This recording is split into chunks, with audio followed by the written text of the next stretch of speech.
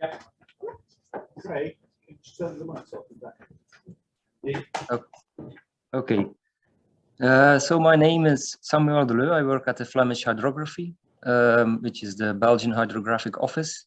And the title of my presentation is Backscatter water column data within the Belgian Hydrographic Office and some ideas and suggestions for the future.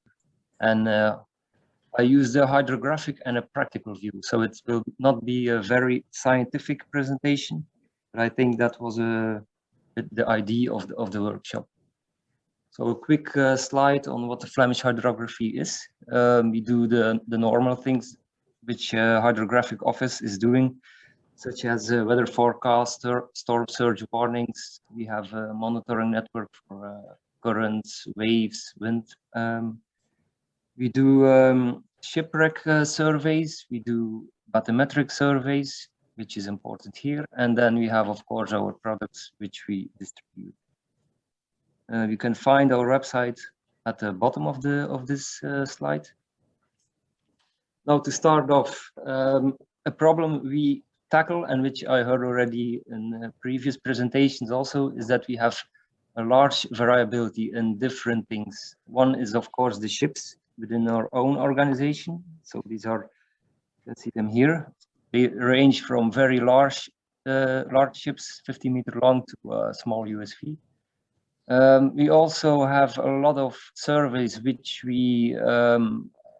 are carried out by contractors. So they have their own ships, and all of the ships have their multi-beam.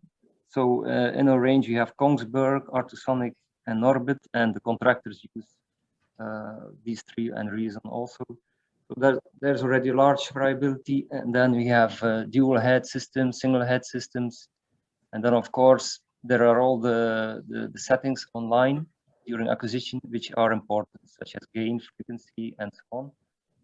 So that's something we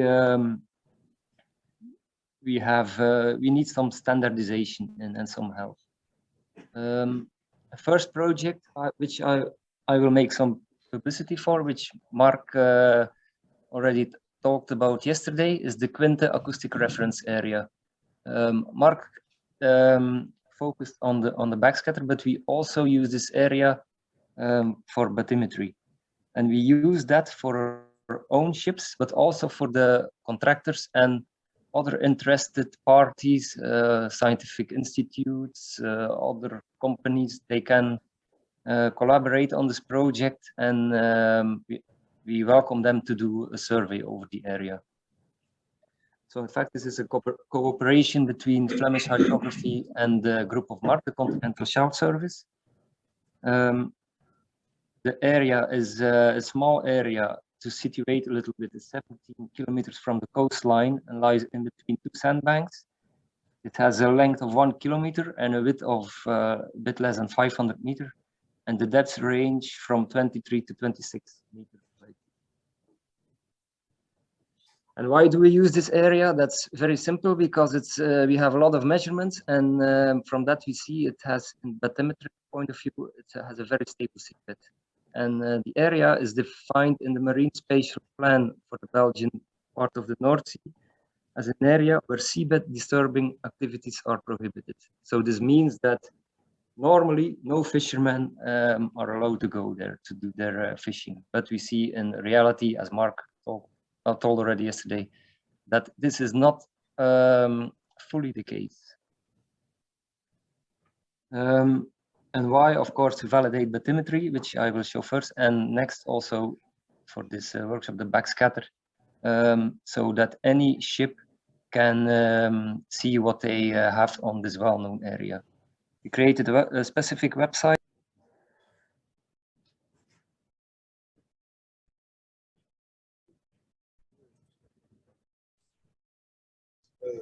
Samuel, you've muted yourself. Okay, I am back now. Yes, you're back. Yes, strange thing. Okay, so at the bottom line you see a link to a website which we created for where you can find all the needed information, and so we strongly encourage you and institutes who like to participate in this project.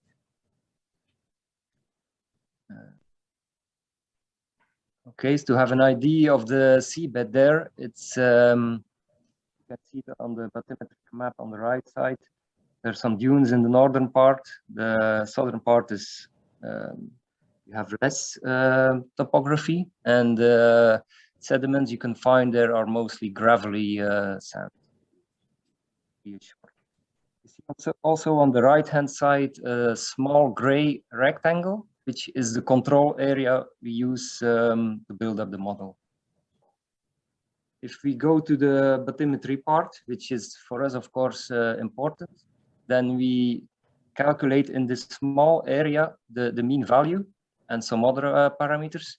And what you see in the graph here plotted is the depth, the mean value in the small area for each survey versus time. And so you see here we have already 31 accepted surveys. We decided to use only surveys which have used RTK for positioning.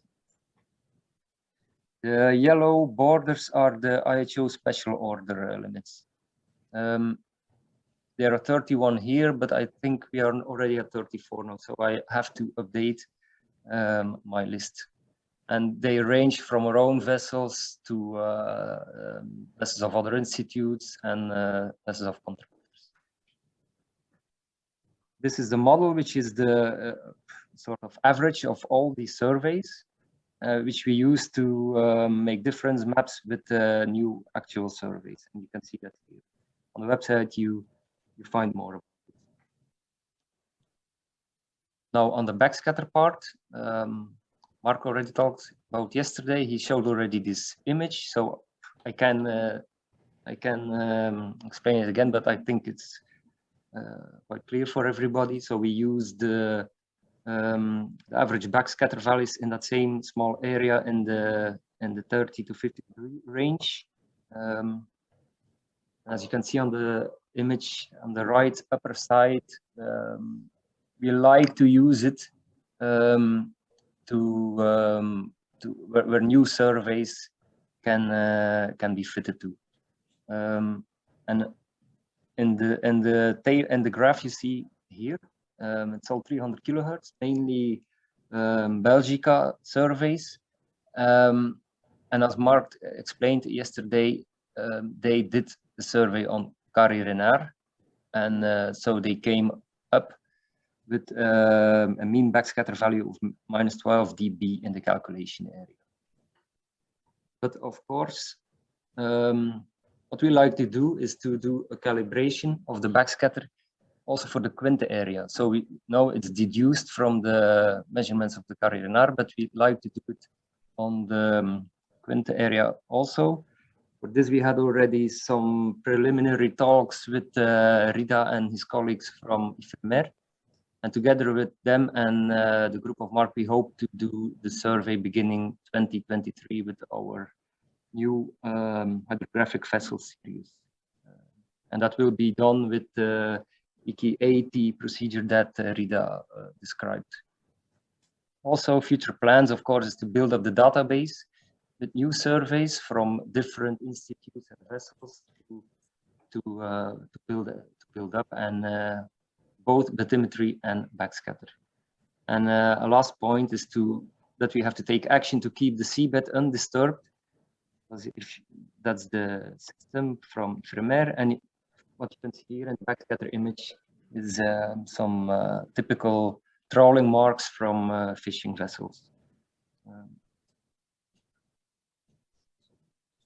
Next slide. Within the Flemish hydrography, we have covered the Belgian continental shelf, which is quite small, I have to say. It's 70 by 70 kilometers, more or less. But we, since a couple of weeks, more or less, we have fully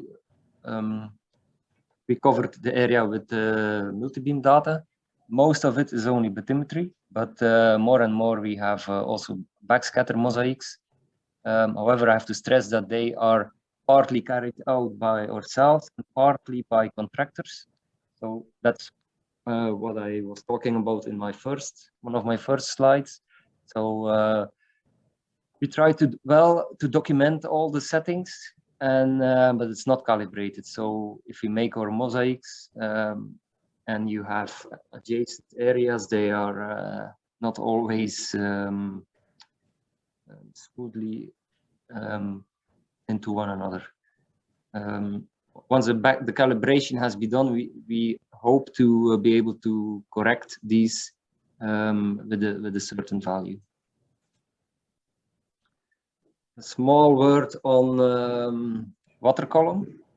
As I explained, we have in our small area, we have nevertheless between 250 and 300 known shipwrecks. They are not all very large, but some of them are quite large. So we have our wreck database, which you can find on our website. And we aim to do a lot of monitoring surveys on these shipwrecks. And of course, what is most important for us is the minimum depth for the ships to have safe depth. But we want to do, of course, more because we try to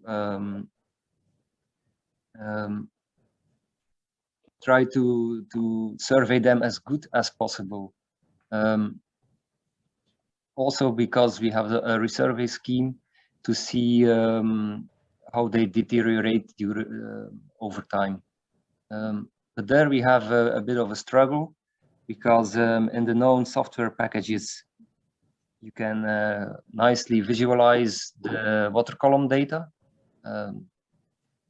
But what we like to do is, as you can see in the image on the right-hand side, for instance, if some particular items of the shipwreck have not been digitized during survey, they can still be seen in the water column data. And we would like to have a more user-friendly system to digitize these items also. So that's something we struggle with a little bit. It's no issue to have on one point to create a new digitalization point. That's no issue. But if it's a large shipwreck and you have a lot of items you see on the water column but which are not digitized, how to deal with those? So that's a question maybe some people of you have ideas to deal with. Regarding backscatter, and I'm not I used to be a scientist, but I'm no scientist anymore. I work in the hydrographic community, and I hear similar sounds from other hydrographic offices. That it's not always to see the wood for the trees. If your main duty in your work is the bathymetry and not the backscatter. So it starts already with different software packages, which I listed some of them here, which probably you know all of them. And as already was explained, and as I heard in one of the previous talks, that some tests were done with different packages to see what they can handle and what the output is from the same survey line. You have already some variability there, and that's already for a hydrographic office which uses software off the shelf. It's already might be a problem. Then we face a lot of terminology, and a lot of them are manufacturer dependent. So we have snippets versus seabed imagery, multispectral, true pics. If you are really into the matter, and if you know all these systems from every brand, then it's no problem. But I think for a lot of people, a good lexicon would be interesting.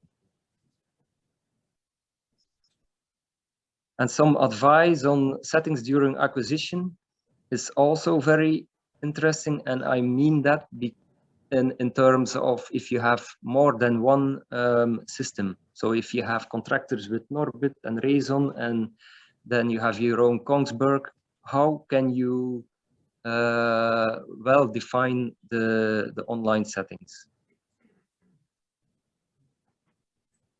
So on my last slide, I try to share some ideas and raise up some questions, which might be important here. Like you see here, I just put two, but these are really good overviews for users who are not the everyday users of backscatter data. And you can see here the publication from Xavier and Geoffroy, and then the article by Alex and colleagues. So these are very, very good. One first question, which I already mentioned, is how can the backscatter results from different multi-beam brands and acquisition softwares be made interchangeable? And I don't mean only the output, the mosaics and so on, but also